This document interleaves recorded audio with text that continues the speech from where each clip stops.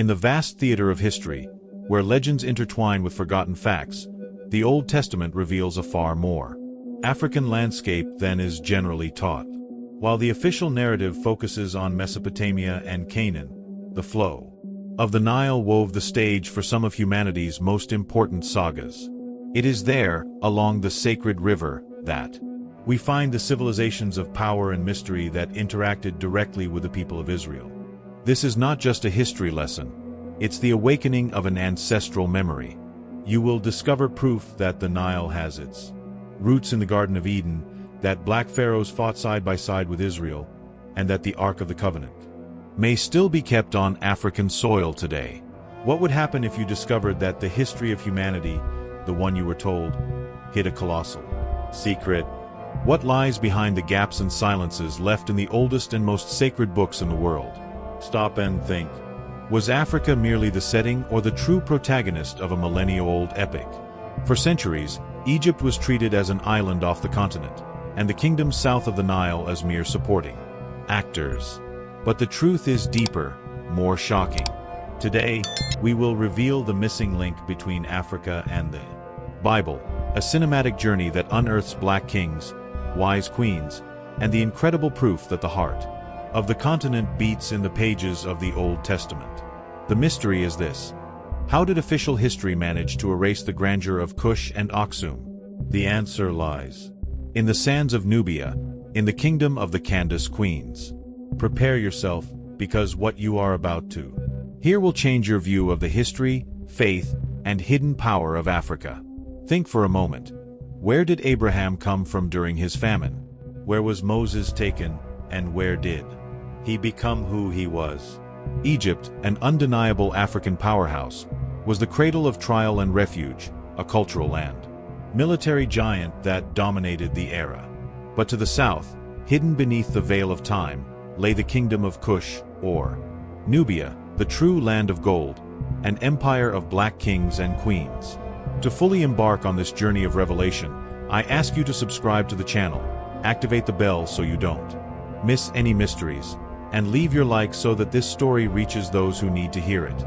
And tell me in the comments, from which part of the world are you tuning into this ancestral wisdom? Kush and Egypt, neighboring and sometimes rival powers, formed what could be called the heart of biblical Africa.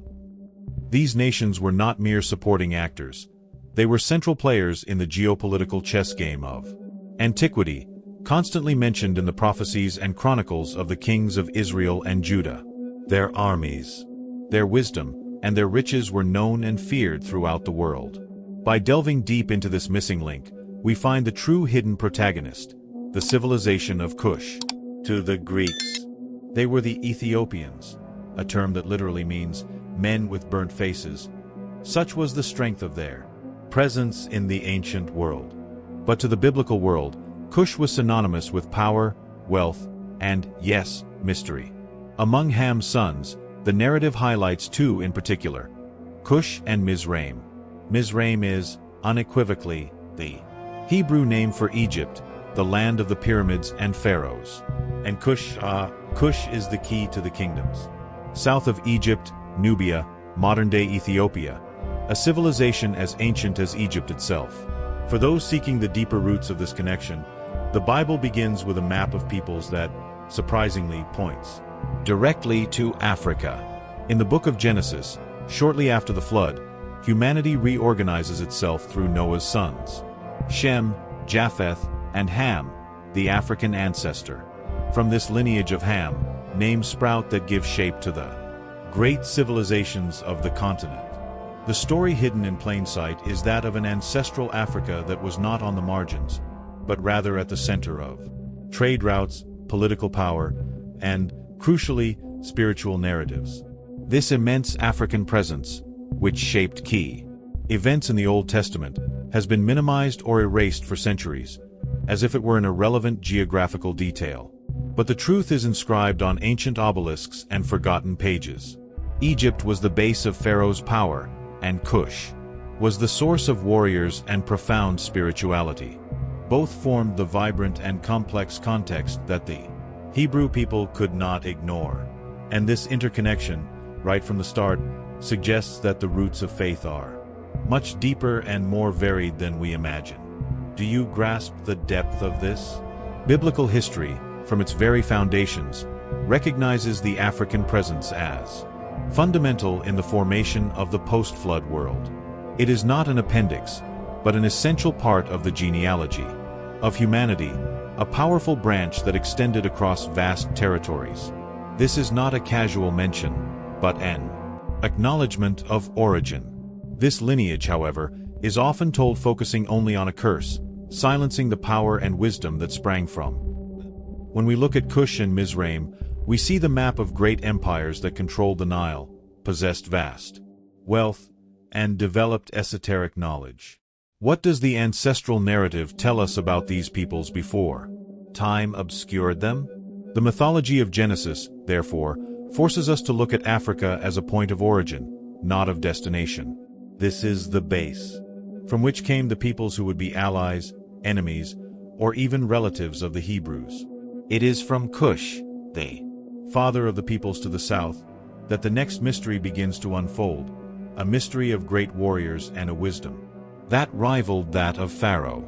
This majestic civilization flourished south of Egypt, in the region we now call Nubia. They were no ordinary people. Kush controlled the main trade routes, being the inexhaustible source of gold that circulated in the Middle East. Imagine the strategic importance and opulence of this empire, capable of rivaling any kingdom of the time. Thus, the presence of Kush in the opening verses of Genesis acts as a forgotten beacon, pointing to the African matrix of the sacred. But what happens when the people of this land of gold become, themselves, the rulers of one of the greatest empires in the Bible? That is the secret behind the mysterious Black Pharaohs. The figure of Kush, therefore, serves as the forgotten bridge between Africa and the great spiritual narratives. It was the land that stretched beyond the known horizon, promising riches and revelations. But, after all, what does the Garden of Eden have to do with this vast African land? And what is the hidden symbol behind this geographical connection? However, official history, often written by others, has insisted on relegating Kush to the margins, overshadowed by the grandeur of Egypt. But one only needs to open the ancient scriptures and records to see its prominence. Frequently cited as a powerful military and cultural force, its archers and warriors were feared, and its wisdom respected. This empire was not merely a land of resources, it was a center of knowledge, with its own pyramids, more numerous than those of Egypt, believe it or not, its own gods, and an enigmatic script. Kush, the land of the Black Kings, was a power that shaped the destiny of the Near East, and its interactions with Israel were inevitable. This is not just a piece of ancient geographical information, it is a powerful symbol. It means that the origin narratives of humanity, common to so many cultures, place Africa not on the periphery, but as the starting point of creation, the place where life and knowledge began to flow. Now, the land of Kush, as we have just seen, is Nubia, the heart of Africa, bathed by the majestic Nile and its tributaries. The direct mention of Kush in this ancient description suggests that the birthplace of life, Eden itself, had its roots deeply planted in African soil, far beyond what is usually imagined. In ancient times, rivers have always represented life, fertility, and connection to the sacred. Having the Nile, or its ancestral tributaries, directly linked to the source of Eden affirms that the wisdom and spiritual strength of Africa are intrinsically connected to the awakening of human consciousness. It is a link that transcends history. What few people know is that there was a period when Africa, south of Egypt, not only rivaled the land of the Pharaoh but ruled it. We are talking about the legendary 25th dynasty, the Kushite dynasty, when Black Kings from Nubia sat on the throne of Memphis and Thebes, unifying Egypt and Kush.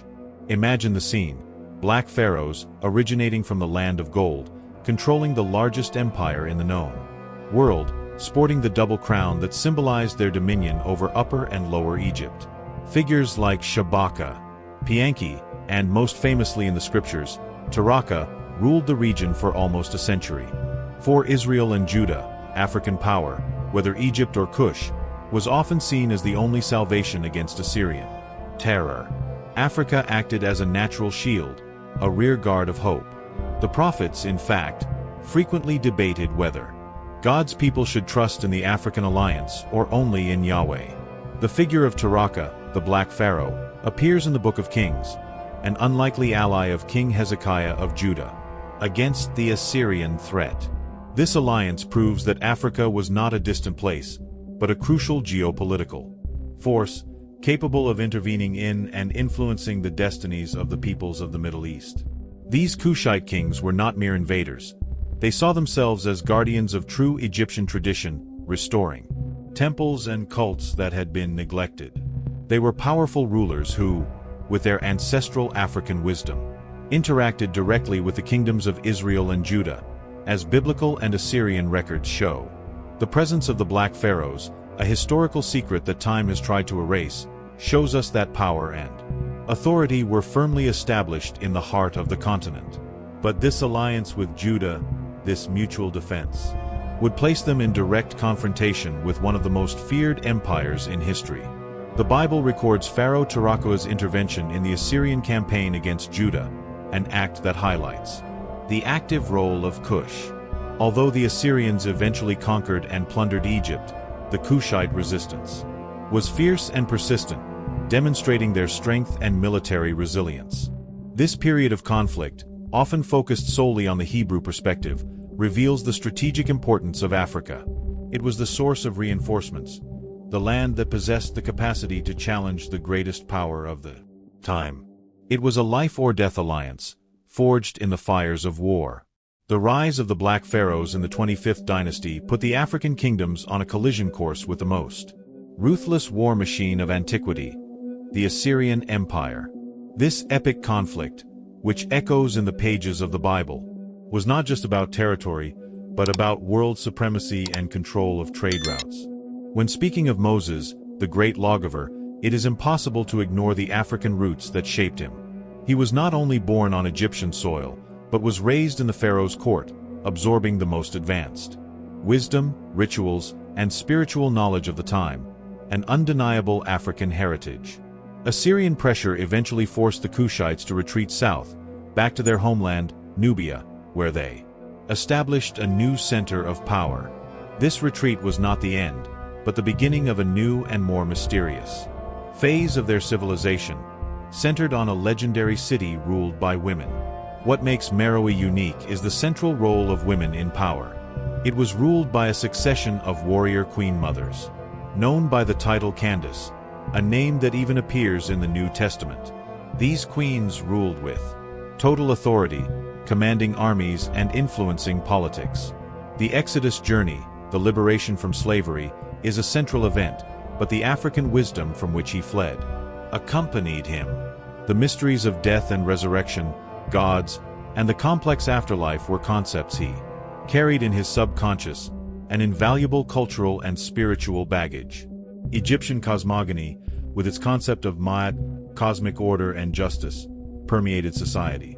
It is plausible that these principles of law and order, which structured the empire, left a profound mark on the mind of Moses, perhaps influencing the very legislation he would later bring about. Some scholars point to parallels between the Egyptian cult of the sun god Aten, promoted by Pharaoh Akhenaten, and the Hebrew monotheism that Moses would propagate. It is not a matter of copying, but of a synergy of spiritual ideas that circulated, and Africa was the center of this religious fervor. When the Kushites withdrew from Egypt, they established their new capital at Meroe, a mysterious and opulent city in Nubia that flourished for centuries. Meroe was not only a center of power, it was an iron metropolis, an unparalleled industrial and commercial hub. Meroe is full of its own pyramids, smaller, steeper, and more numerous than those in Egypt, aligned in a way that still intrigues archaeologists. Not to mention its writing system, Meroitic, which to this day has not been fully deciphered, holding secrets of a long-lost wisdom. Where does Egyptian tradition end and Hebrew revelation begin? It's a thin line, blurred by time and millennia of coexistence. The African matrix is the womb that gave birth to the figure of Moses, and this influence continues to reverberate in the new center of power that is rising in southern Kush, the city of queens. Meroe, the city that forged iron and was ruled by iron women, remained a beacon of civilization in the south, keeping ancestral traditions alive. But the mystery of the African connection to the scriptures doesn't end there. It reaches the heart of Israeli royalty through a legendary visit. The city, with its unique architecture and temples dedicated to gods with Egyptian parallels, reveals a civilization that maintained its African identity but absorbed influences. It is an unsolved mystery, an open invitation to discover how this matriarchal society organized itself and prospered. The ancient tradition of the Ethiopian Orthodox Church holds a secret of incalculable value to the history of faith. The belief that the sacred Ark of the Covenant is not lost, but rather kept within its territory, in the holy city of Aksum. The encounter is a symbol of mutual reverence between two great cultures. The queen, a powerful leader and possessor of vast resources, recognized Solomon's wisdom, but the king was captivated by the intelligence and majesty of the African queen. One of the most emblematic narratives that unites Africa and the Bible is the encounter between King Solomon and the Queen of Sheba. The Bible describes her as a sovereign who traveled from a distant land to test Solomon's wisdom with riddles, carrying spices, gold, and precious stones. According to Ethiopian tradition, this queen was Makeda, the majestic sovereign of Ethiopia, possibly Saba in Yemen or Kush. This visit was not merely a commercial exchange, but a link that united wisdom, wealth, and, crucially, African royal lineages with the royalty of Israel. According to the Kebra Nagast, the Ethiopian Book of the Glory of Kings, Menelik I, son of the Queen of Sheba, and King Solomon, brought the Ark of the Covenant to Ethiopia.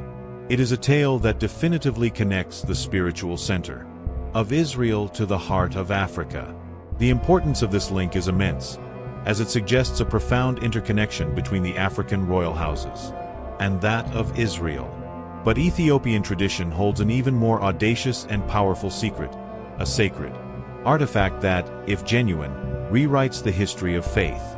This story transcended time and historical records, giving rise to one of Africa's richest traditions, the lineage of Ethiopian kings who consider themselves descendants of this union. What began as a diplomatic visit became the foundation of a new sacred dynasty in Africa. Regardless of its historical accuracy, this symbol is incredibly powerful. It affirms that Israel's spiritual heritage resides, in part, on the African continent, guarded and revered by a civilization that adopted biblical faith very early. Sacred knowledge was preserved there. If Africa became the guardian of the most sacred object of antiquity, this elevates its role from supporting actor to central protagonist in religious history. This profound connection with the scriptures led this same region to take a historic and revolutionary step for the world. The Ark, containing the tablets of the law, the ultimate symbol of the covenant between God and the Hebrew people, is believed to be under the custody of a monk guardian in the chapel of St. Mary of Zion in Aksum. It is a mystery that challenges Western history and archaeology. Prophets such as Isaiah and Zephaniah also make reference to Cush and the Ethiopians in their visions of a restored future. This prophetic inclusion suggests that, in God's view, African peoples had the same importance and quality as Israel, refuting the idea of marginalization.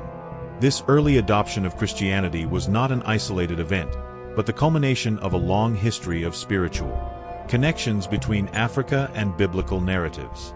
Aksum not only adopted the faith, but transformed it into a pillar of its imperial and cultural identity.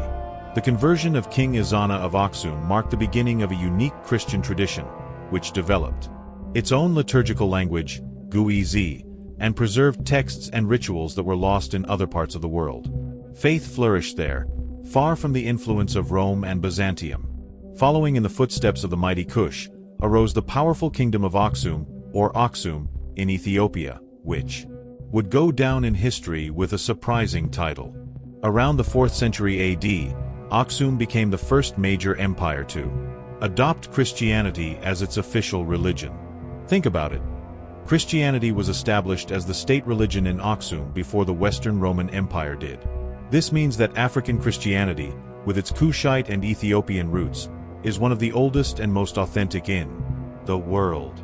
Africa was a pioneer in faith.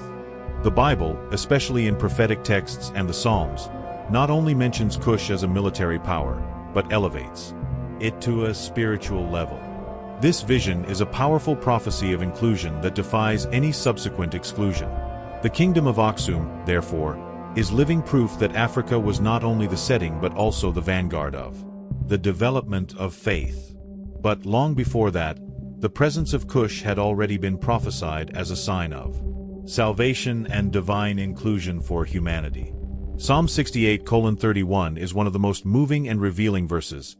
Egypt will stretch out its hands to God, and Kush will stretch out its hands to God.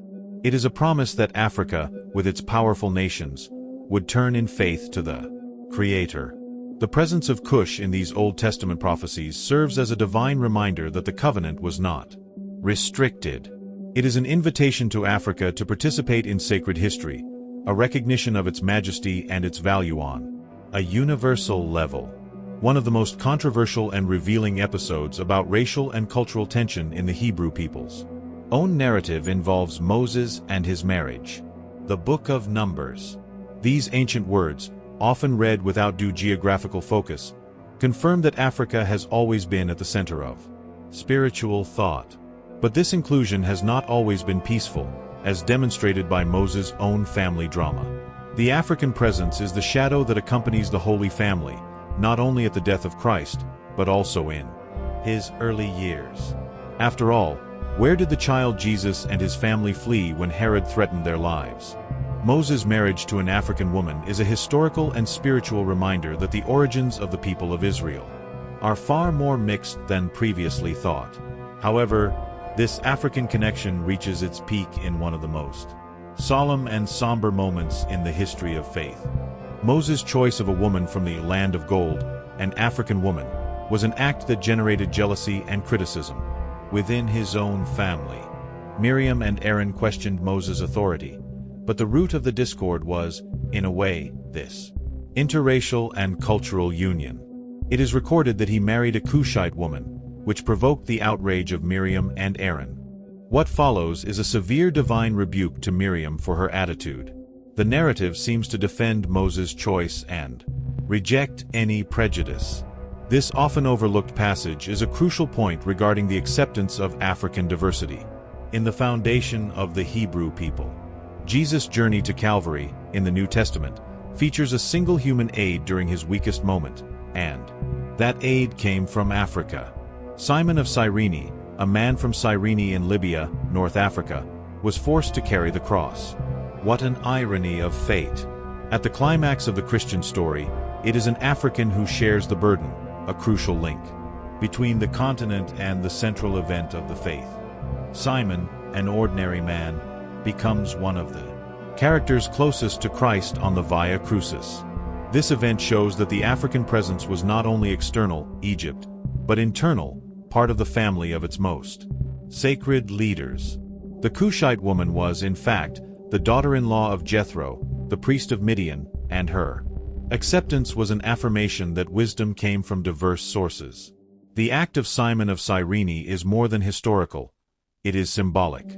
It is ancestral Africa, of Kush and Egypt, that in a way carries the weight of the new covenant, linking ancient traditions to the new faith.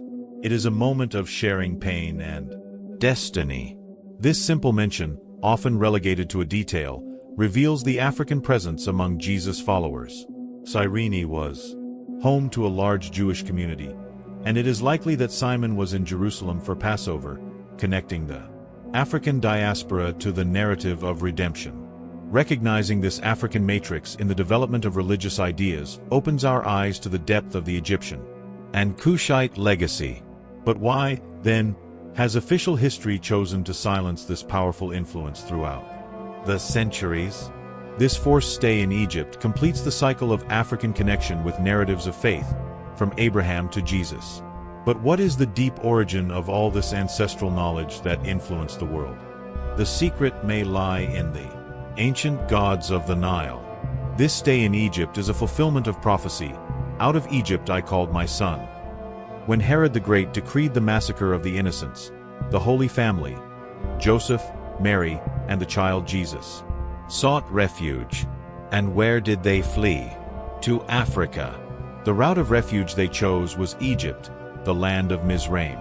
Egypt, the cradle of Israel's enslavement centuries before, now became the sanctuary and welcoming land of the Messiah. It is a poetic twist in history, showing Africa as the land that welcomes life in its most vulnerable moments. Africa, once again, is not only the setting but also the protector of the sacred lineage. It was in the warmth and diversity of Egypt that the family found safety, far from the tyranny of Herod, until they could return safely. When exploring African spiritual influence, it is impossible to ignore the profound and vast legacy of Egyptian mythology, especially the cult of Osiris and Isis. These mysteries of death, resurrection, and eternal life resonated throughout the ancient world. Hosea 11 verse 1. For a time, the Messiah grew up on African soil, absorbing, even if indirectly, the culture and environment of the ancient civilization. Africa, through Egypt, offered the ancient world a sophisticated belief system about the soul, eternity, and cosmic order, Ma'at. It was an inexhaustible source of spiritual wisdom that permeated the entire Mediterranean and the Near East. Many scholars and historians of religion debate the possible influence of these Egyptian mysteries, with their beliefs in judgment, paradise, and resurrection, on Jewish thought and, subsequently, on Christianity. Not as a copy, but as a cultural matrix. Despite historical, geographical, and spiritual evidence of its prominence, the African contribution has been progressively silenced in Western interpretations of the Bible and ancient history.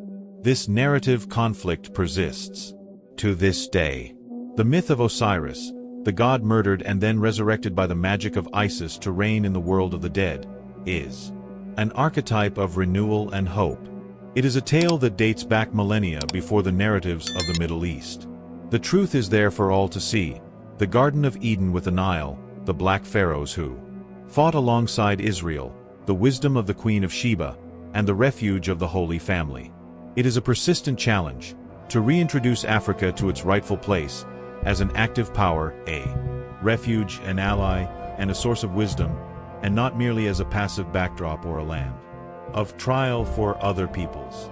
The Eurocentric bias of history and theology, especially after the Middle Ages, minimized Egypt as part of the Middle East and relegated Kush to oblivion, as if civilization had begun only in Europe.